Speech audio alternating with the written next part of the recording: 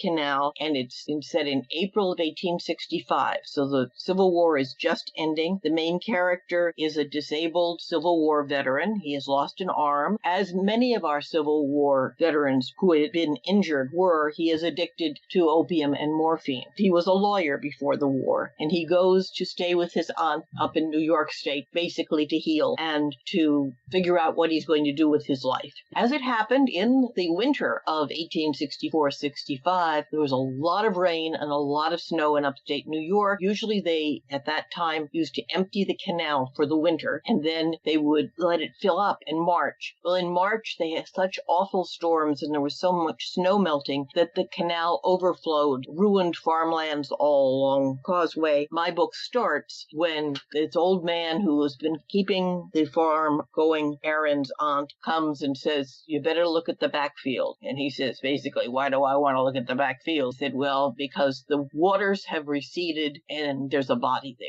He goes, and he has, of course, been in the war. His best friend disappeared, probably at Gettysburg. They never found his body or him, and he keeps thinking of all the families who are still waiting for people to come home. Thinks, here is somebody. I need to find out who this was and let their family know, because we don't know if it was a soldier, if it was someone on the canal, someone who wasn't buried very deeply. And then he begins to find out other things. The bottom line of the story is that that period, that area of the country was one of the major roads for the Underground Railroad. People came up, especially through Ohio, up through New York State, and then took the Erie Canal over to get a boat to Canada. Of course, that wasn't done during the Civil War. A lot of the men left because they were fighting. My premise, and usually I said I absolutely stick to facts. This book, I did a what if. And my what if is, what if the women who are left there reactivate the Underground Railroad and use it to help abused women and children escape? At that time in New York State, if you help a woman to leave her husband, it was a felony. You could be put in jail for up to 5 years. It was a very serious thing. The women who risked their own lives, too. My character, Aaron, discovers his aunt was involved with that. A very attractive young woman down the road a piece, who also was.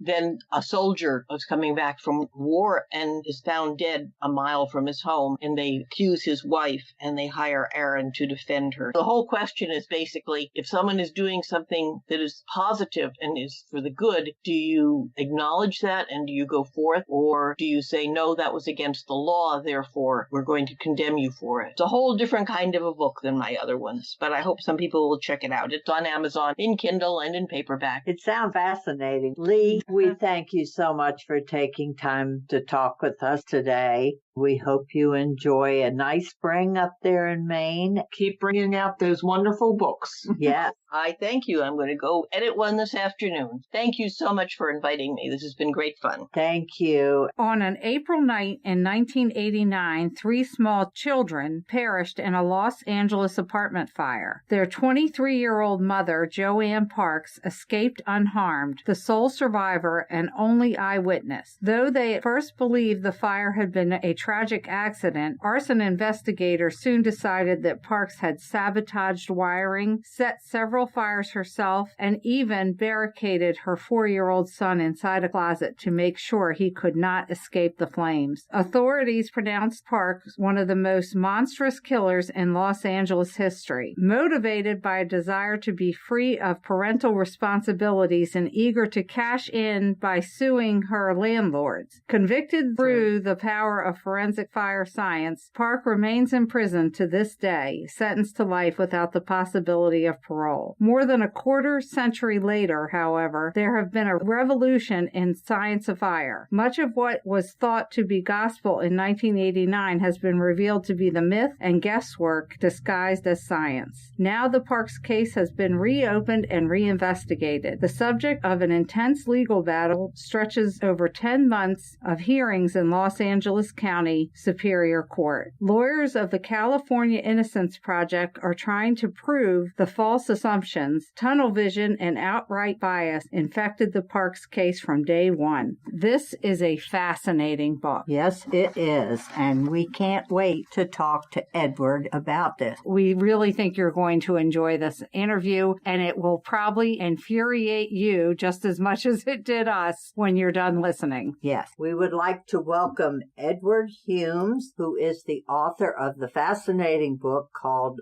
Burned. Welcome, Edward. Thank you so much. What attracted you to such a fascinating case, and when did you first hear about it? I first heard about the Parks case while I was doing some research on the California Innocence Project, which is based in San Diego but operates throughout the state. I'm sure many of your listeners have heard of the Innocence Projects around the country, whose very specialized legal practice is to exonerate individuals who are in prison who they believe are innocent or are wrongfully convicted. We hear about these exonerations all the time, but not exactly how it's done. What does the process look like from the inside? How do they pick their cases? What's it like being a lawyer in that very rarefied field, which very few choose because it's a lot of hard work and not a lot of remuneration. It's more about the passion they feel for this work. So I wanted to learn more about that process. And along the way, one of the cases that was active was about to begin hearing phase was the Parks case. It sucked me right in because there's a certain ambiguity about it. Did she do it or didn't she do it? There's serious questions about the forensic evidence in the case. So there's a much wider significance to the issues that are being raised as litigated in terms of how we investigate fires and how accidents can be mistaken for crimes. And the attorneys who were working on the case and those opposing them were fascinating characters in themselves. We really had it all for the perfect true crime story. I'm very familiar with the Innocence Project, but that whole thing you laid out about how they pick their cases, of basically the pit that they go in, was very interesting. Oh, yeah. One of the first places I stationed myself was in this room where all the mail comes. And you can imagine that this Innocence Project serving the entire state of California with just 7 attorneys based in California Western Law School in the basement is inundated weekly with hundreds of letters from prisoners, from family members who believe their loved ones are wrongfully incarcerated, or from attorneys who can no longer do anything on their end, seeking help from Innocence Project lawyers to take a fresh look at someone who perhaps might not belong in prison. And it's every kind of case you can imagine. Most of them are murders or other serious crimes where people are either on death row or serving life sentences. It's everything from the validity of eyewitness testimony to the satanic panic of the 80s and 90s, where all sorts of child abuse allegations coupled with satanic worship were prosecuted around the country, most of them based on false evidence. They do a little bit of everything. What a great place to find the story. And that pit is where the first sort goes. They look at these letters from people who say, I'm in prison, but I'm innocent. And they look for 2 things. One is a factual case, something that shows that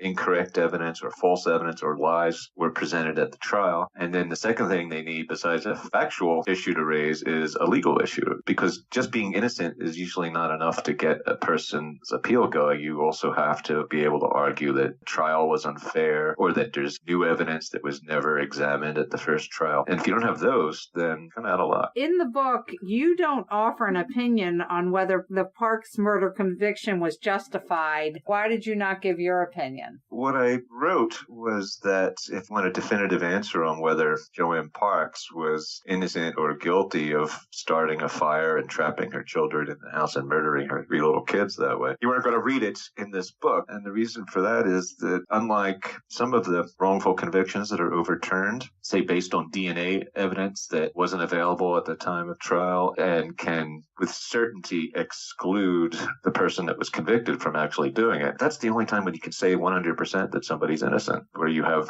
irrefutable evidence of innocence. Most criminal cases, you don't have that luxury, that certainty, which is why juries don't find people innocent. They find them not guilty. More but different, and it's a different standard of proof. So the important question in Parks' case is there enough evidence to justify her being found guilty of 3 counts of murder and held for life in prison without possibility of parole, basically sentenced to die in prison? And that's a question that I tried to address by showing what the evidence was at the time she was arrested and tried, and 30 years later what the evidence now shows, because science has changed, our understanding of fire has changed, new information's been uncovered. Lay all that out and then let my readers decide what they think, rather than have me spoon feed them to a conclusion. That's my my obligation as a writer, as a journalist. In your opinion, what is the rationale behind the law that says you can't overturn a conviction even with overwhelming evidence of innocence if it was considered a fair trial? That is one of the things that drive people mad when they look at how our justice system works, because, and I think you could argue quite forcefully, is immoral to do that. But the fact is that appeals to criminal convictions in which the only issue is, but wait, they got it wrong, I'm innocent, almost never prevail. I almost never even get a second look, because it's the process of appealing conviction. They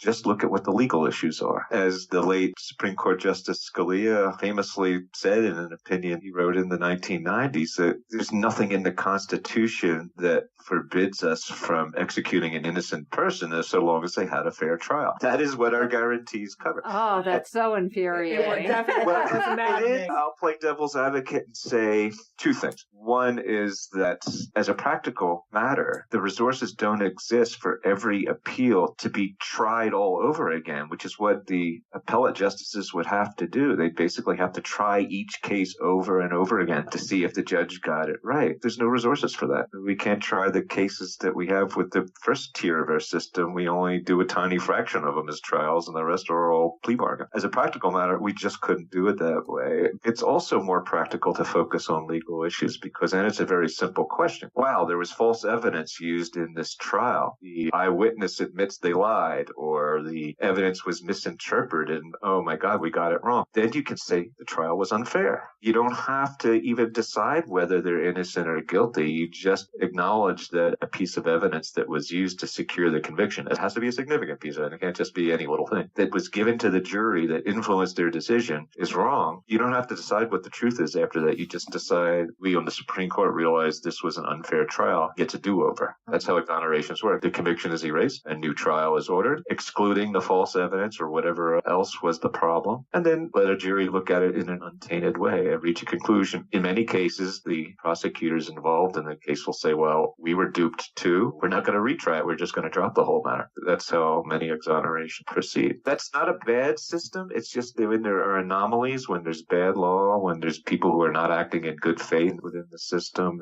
then it becomes more of a challenge to get it right the second time. How could they say if something had false evidence that it was a fair trial so the conviction would stand? I agree. But in fact, it does happen, because the first layer of appeals courts, the Court of Appeal, will say, well, yeah, there was false evidence. However, even without it, there's enough there to convict, so we're just going to let it stand. And then maybe it goes up to the Supreme Court and they say, no, you know what, we think it was important enough that a new trial is deserved. So there's that matter of judgment that's still in there, and different judges can disagree. Well, speaking of false evidence, did Kathy Dodge ever have to answer for her false testimony? Kathy Dodge, and maybe I should just explain a little bit of what her significance is. The fire in the Parks home happened late at night in the summer in Los Angeles. The only living witness was Joann Parks, the mother of the 3 children who died inside. All indications initially were that it was an accident, that she came running out of the house to get help. Help came immediately. Nobody could get through the roaring flames that separated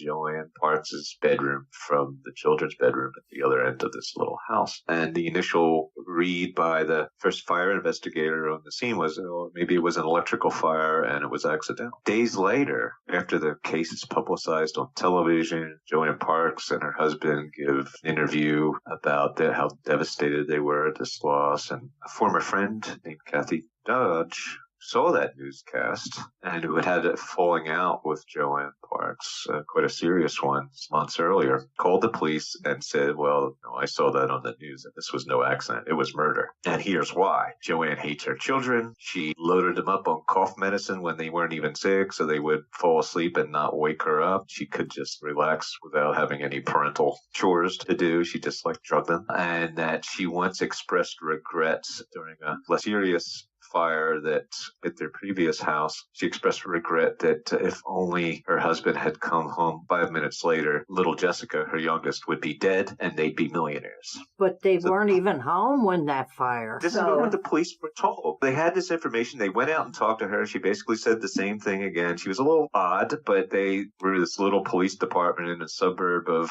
Los Angeles, a little suburb called Bell, and they said, we better bring in the big guns to investigate this as a possible murder. And they call in a whole new team of arson investigators from the Los Angeles County Sheriff's Department, and they brief them on these terrible allegations. And so they have in their mind what a horrible parent she was, and they go in the house, and they see not an accident. They see signs of arson everywhere, that she sabotaged some wires in order to start the fire, that she started a second fire in one of the children's bedrooms by hand with a match or whatever she could set aflame, and that she even trapped her oldest, the 4-year-old son.